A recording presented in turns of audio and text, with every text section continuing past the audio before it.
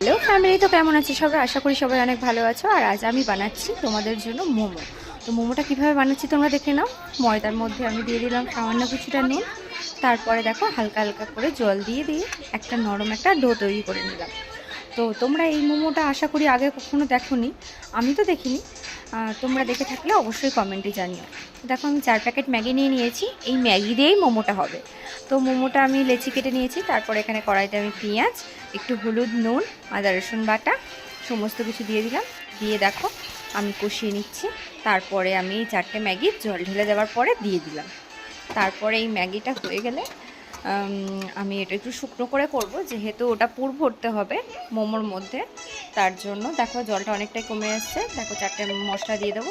তারপরে পুর ভরে আমি একদম রেডি করে নিলাম, ভাপে বসিয়ে দিলাম। ব্যাস রেডি। এত টেস্টি আর এত সুন্দর মোমো আমি আগে কখনো খাইনি, তোমরা ট্রাই করতে